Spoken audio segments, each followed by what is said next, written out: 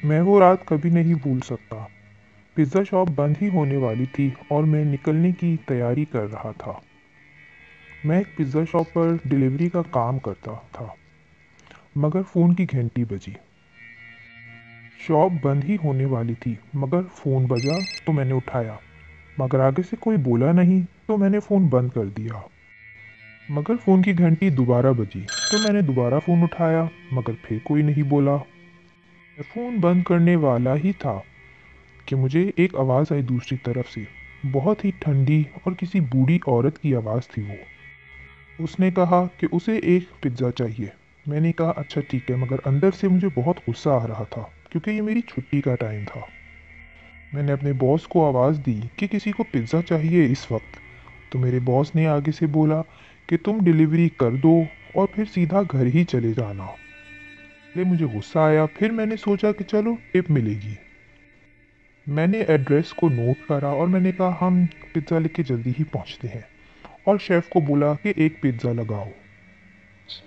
Boss को good bye करके मैं वहां से पिज़्ज़ा लेकर निकल गया।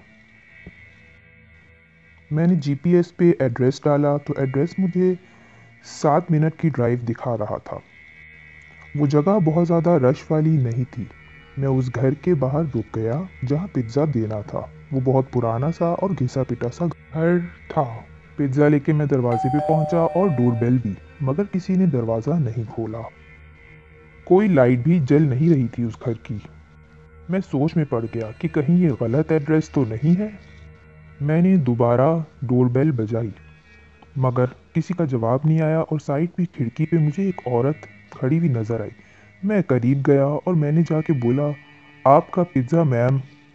वो औरत तकरीबन 70 साल की होगी। वो बस मुझे देखे जा रही थी बगैर किसी एक्सप्रेशन के। मैंने कहा मैम आपका पिज़्ज़ा। वो मुझे देखे जा रही थी। मैं उसको पिज़्ज़े का बोल रहा था, एकदम से वो हंसना शुरू हो गई।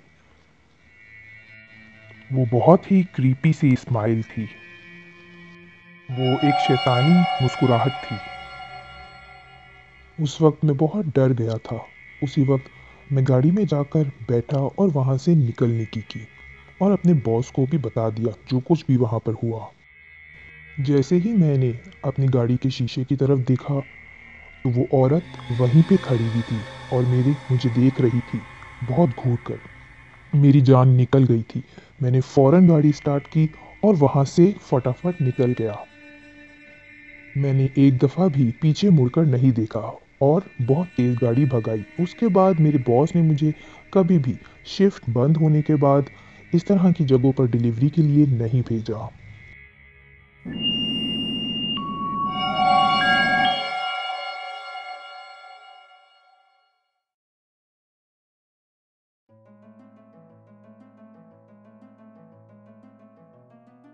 ये 2007 की बात है और हैलोवीन की नाइट थी। हम सब हाई स्कूल में थे। हम सब ने सुपर मारियो गेम के कॉस्ट्यूम पहने हुए थे। मैं लुइजी बना था, वैन मारियो था। मेरा दोस्त जैसी वो वॉल लुइजी बना था और रायन वारियो बना था क्योंकि वो थोड़ा सा मोटा था। हम सब बहुत एक्साइटेड थे क्योंकि हमारे कॉस्ट्यूम्स बहुत अच्छे बने थे। हम जिस इलाके में रहते थे वो अच्छा इलाका था। वहाँ सारे घर बहुत दूर दूर बने हुए थे। मगर हैलोवीन की रात के लिए ये एक अच्छी चीज़ नहीं थी। हमें बहुत पैदल चलना पड़ता था। काफ़ी रात हो चुकी थी और तकरीबन सब घरों ने अपने दरवाजे बंद कर लिए थे। मगर हम फिर भी अपने बैग्स फुल करने के चक्कर में अभी तक बाहर सड़कों पे घूम रहे थे। हम कैंडीज़ की लालच में हमने एक घर की डोरबेल बजाई, मगर किसी ने दरवाज़ा नहीं खोला क्योंकि रात ज़्यादा हो गई थी। एक घर के बाहर हमें एक पर्पल बकेट नज़र आई। हमने वहां जाकर देखा कि उसमें कैंडी होगी, मगर वहां कुछ भी नहीं था। थोड़ी देर बाद हमें नॉक की आवाज़ आई। अंदर से कोई खिड़की खटका रहा था और बोल कुछ इशारा कर रहा था। दरवाज़ा खुला और अंदर से एक 40 साल का आदमी जो थोड़ा सा गंजा भी था बाहर निकला और उसने कहा, अंदर आओ, मैं तुम लोगों को कैंडीज देता हूँ। मेरे पास बहुत सारी कैंडीज हैं। मैंने बोला, नहीं, आप यहीं ले आए, हमें अंदर आने की इजाज़त नहीं है। वो हंसा और बोला, घबराओ नहीं, आ जाओ अंदर, मेरे पास बहुत सारी कैंडीज हैं। आवन ने भी कहा, चलो यहाँ से चलते हैं, हमें नहीं चाहिए। एक्सक्यूज करके हम वहाँ से निकल पड़े। हम घर की तरफ रवाना हो गए। तकरीबन सारे बच्चे ही ट्रिक और ट्रीट करके अपने घरों को चले गए थे। महसूस हुआ कि हमने अच्छा फैसला किया उस आदमी के घर के अंदर ना जाने का। अब हम अपने घरों की तरफ रवाना हो रहे थे। थोड़ी देर में वहाँ से एक छोटा सा पार्क शुरू हो गया था जहाँ पे बहुत ज़्यादा घर नहीं थे। वहाँ से जेसी का हाउस करीब था।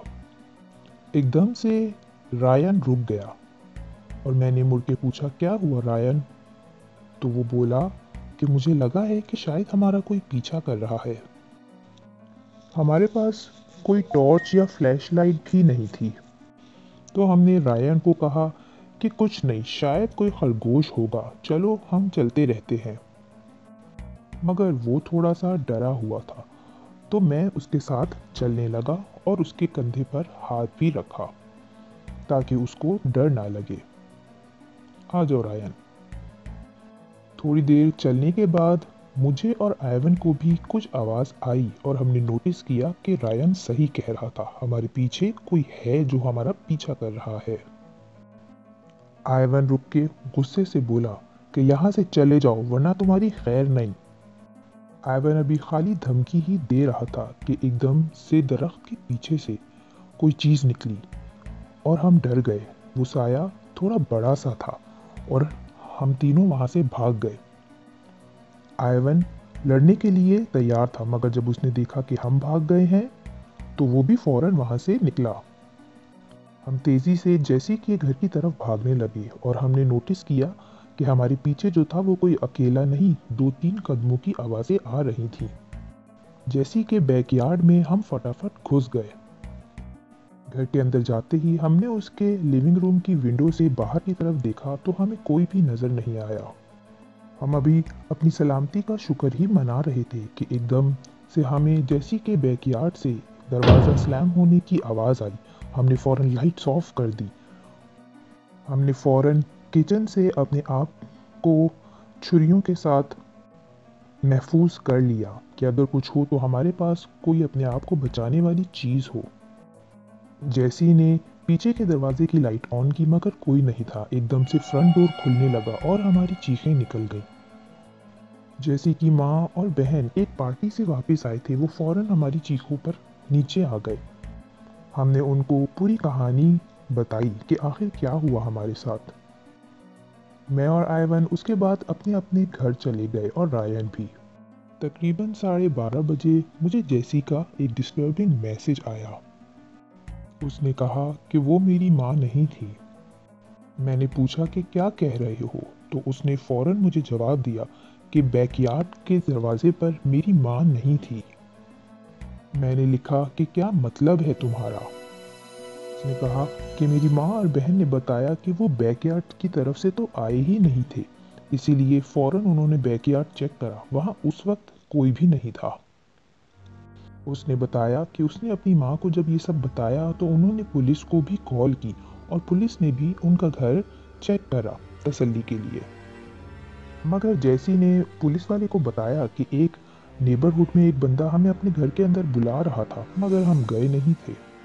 उस रात के बाद जेसी के साथ कभी कुछ गलत तो नहीं हुआ, ना ही उसके घर कोई और कूदा, मगर वो हैलोवीन की रात